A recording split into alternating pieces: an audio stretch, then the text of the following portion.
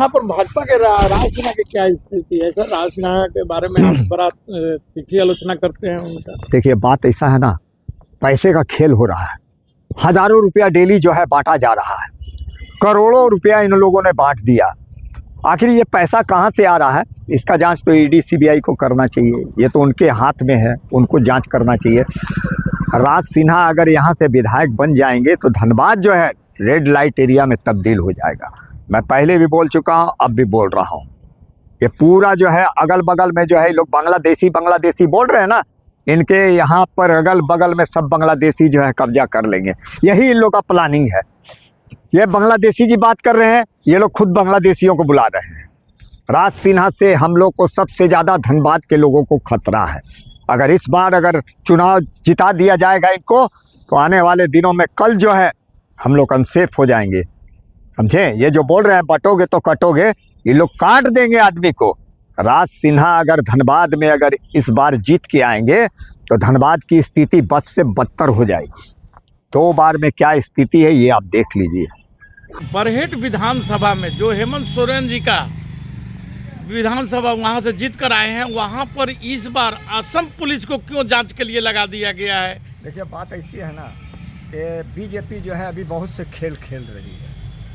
बरहेट में इसलिए लगाया गया है कि बीजेपी जो है वहाँ कोई खेला करना चाहती है, इसलिए आसाम पुलिस को लगा करके ये सारा खेल खेला जा रहा है। पहले उनका यति को जो प्रस्तावक था उसको मिलाया गया, अब वहाँ पर आसाम पुलिस, क्या और कोई प्रदेश की पुलिस नहीं मिली चुनाव आयोग को कि आसाम का पुलिस को ही लगाना पड़ गया? देखिए, मैंने आपको क्या कहा, ये बीजेपी की मानसिकता जो है पूरी तरह से दिवालिया हो चुकी है।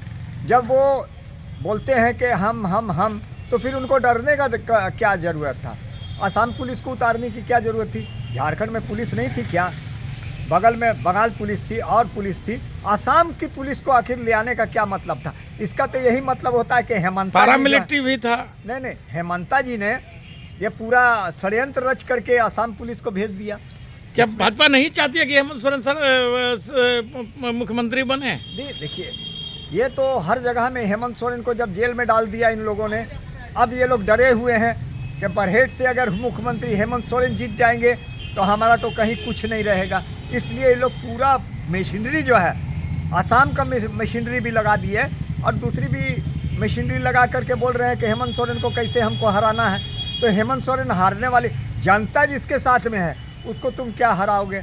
अब तुम मशीन में खेला कर दो, वो चीज़ अलग है, लेकिन जनता के बीच में अगर आ करके तुम सोचोगे कि हेमंत सोरेन को हिला देंगे तो ये नामुमकिन है। हेमंत सोरेन हिलने वाला नहीं है, वो भी झारखंड धरती पुत्र है, वो इस धरती पर रहने वाला आदमी है, इसलिए उसको हिलाया नहीं जा सकता। तुम दिल्ली से ले आओ, बम्बई से ले आओ, हरियाणा से ले आओ, कहीं से भी ले आओ, लेकिन झारखंड की जो जनता है वो हेमंत सोरेन के साथ में है और हेमंत सोरेन को जिता करके ही दम लेगी। अगर तुमने मशीन का खेल किया तो उसका जवाब यहाँ की जनता तुमको देगी। तुम सोचते हो कि हम मशीनों में हमेशा खेल करते आए हैं, हम यहाँ से भाग करके विदेश चले जाते हैं, तो तुम अभी विदेश जाओगे तो लोगों को पता है कि तुम विदेश क्यों गए हो। तुमने यहाँ सेटिंग कर दिया है हराने के लिए। इसलिए झारखंड मुक्ति मोर्चा हारने वाली पार्टी नहीं है। झारखंड मुक्ति मोर्चा हमेशा आंदोलन की है, आंदोलन से झारखंड पैदा की है।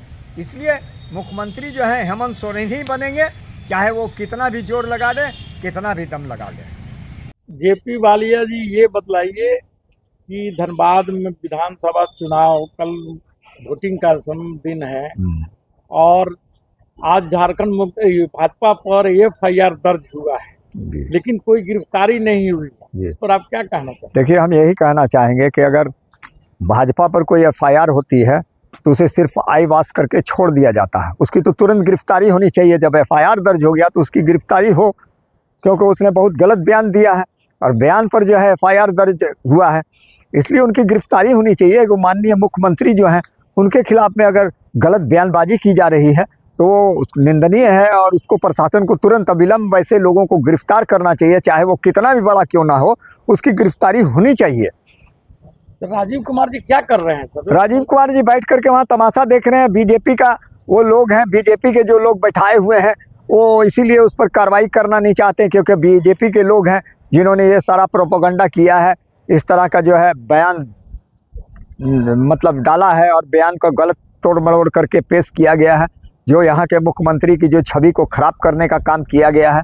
और भाजपा जो है हड़बड़ाई हुई है, अपनी हार से भाजपा हड़बड़ा गई है और अनाप शनाप इस तरह के गंदे बयान जो है जारी कर रही है, जो हमको तो नहीं लगता है जनहित में उचित होगा। अच्छा, एक बात और बताइए कि अमित शाह जी और मोदी जी दोनों आदमी महाराष्ट्र और झारखंड का विधानसभा चुनाव छोड़ करके ये लोग एक दिल्ली पकड़ लिया और एक विदेश पकड़ लिए, ऐसा क्या कारण है? क्या ये लोग भी हरियाणा चुनाव के तरीके से सेट कर लिए क्या इस चुनाव को? देखिए बात ऐसी है ना, यहाँ मैं एक बात जरूर कहना चाहूँगा कि झारखंड बहुत नरम दिल वालों की ये कोयलांचल क्षेत्र है।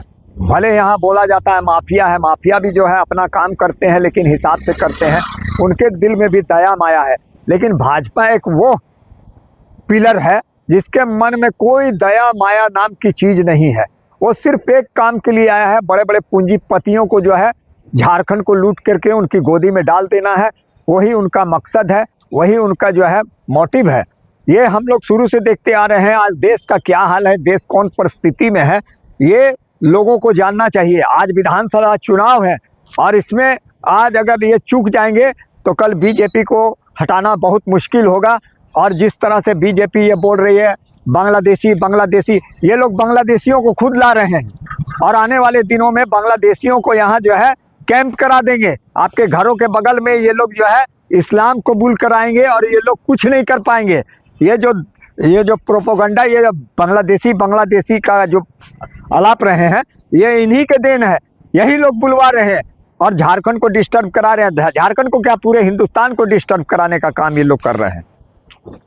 राहुल गांधी जी कल एक है तो सेफ है का पूरा वो नेक्सस खोल दिए कि ये एक है तो सेफ है। कौन सेफ है इसका पूरा विस्तृत दिए, आपको जानकारी है उस चीज के बारे में? देखिए मैं एक सेफ है, मेरी बात सुन लीजिए। भारत के अंदर में इन लोगों का ये नारा दिया हुआ है, बटोगे तो कटोगे। तो बटेंगे, कौन आदमी बटेगा भैया और कौन आदमी कटेगा, इसको तो स्पष्ट कर दो।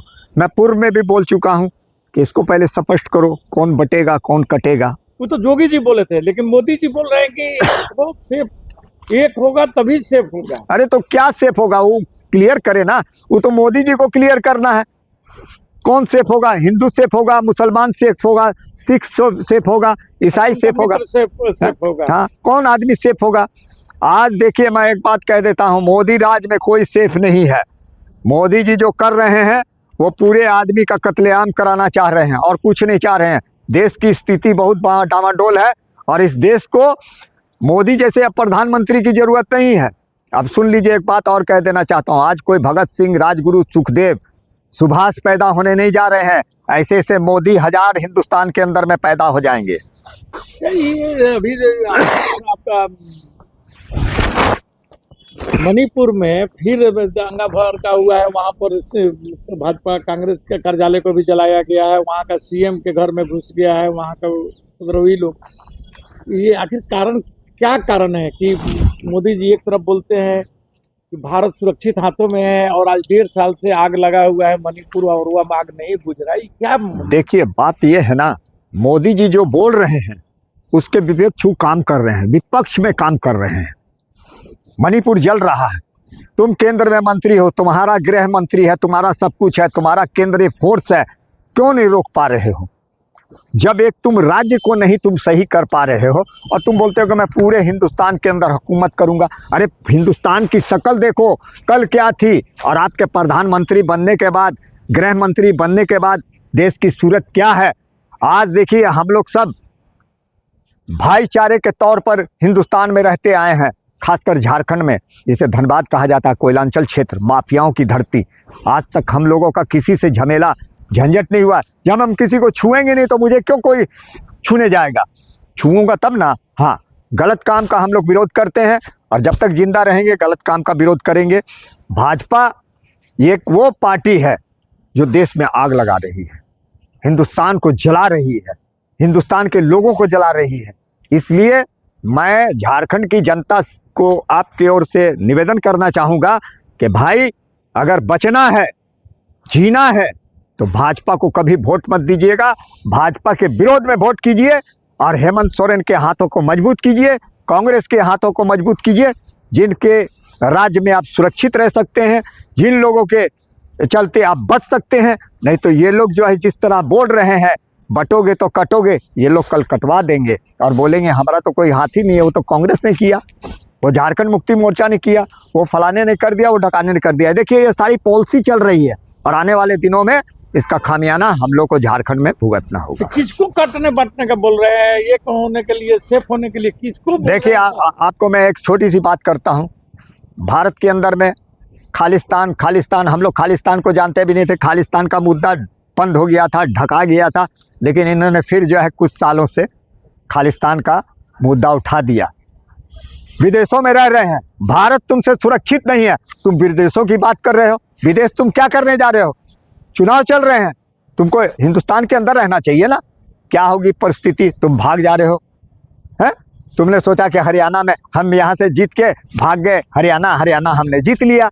अब वही पॉलिसी जो है झारखंड के अंदर में दोहराने का काम मोदी जी कर रहे हैं। भाग गए, सेटिंग हो गई, भाग जा रहे हैं। वाह रे मोदी जी, आपका तो दिमाग जो है दो धारी तलवार चल रही है। अच्छा सर, आप अभी यहाँ पर हेमंत सोरेन को सबसे अच्छा मान रहे हैं मुख्यमंत्री के रूप में, या उनकी पत्नी कल्पना सोरेन को? क्योंकि इस बार जो उनका जिस ढंग से वो कैंपेनिंग की है प्रचार प्रसार का और लोगों में एक जगह बनाई, आपको कौन दोनों में बेटर कौन लग रहा? देखिए बात ऐसी है ना, हम लोग गुरुजी के साथ 25 साल राजनीति करके आए। गुरुजी के साथ हमारा सीधा संबंध रहा, बीच अव्वल वाला कोई काम नहीं रहा। हम लोग सीधा गुरुजी के साथ में रहे। हेमंत उनके बेटा हैं, गुरुजी ने राज लिया, झारखंड राज उनकी देन है कि झारखंड राज बना। उसके लिए आंदोलन हुए, बहुत से लोगों ने जाने गंवाई, गुरुजी ने झारखंड प्राप्त किया।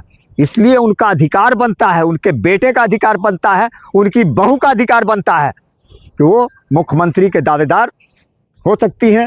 कल्पना जी नो डाउट के वो बहुत अच्छी औरत हैं, राजनीति का सब कुछ वो जानती हैं कि हमको किस तरह से लोगों को लेके चलना है। और जिस तरह का वो काम कर रहे हैं, जिस तरह का वो दौरा कर रही हैं, आने वाले दिनों में मुझे लगता है कि वही मुख्यमंत्री की हकदार होंगी। बहुत बहुत धन्यवाद सर, आपने हमारे कुछ न्यूज को इतना वक्त दिया है। जय हिंद, जय भारत। आपको लग रहा है ना वो अपना काम करते हैं, बहुत बढ़िया।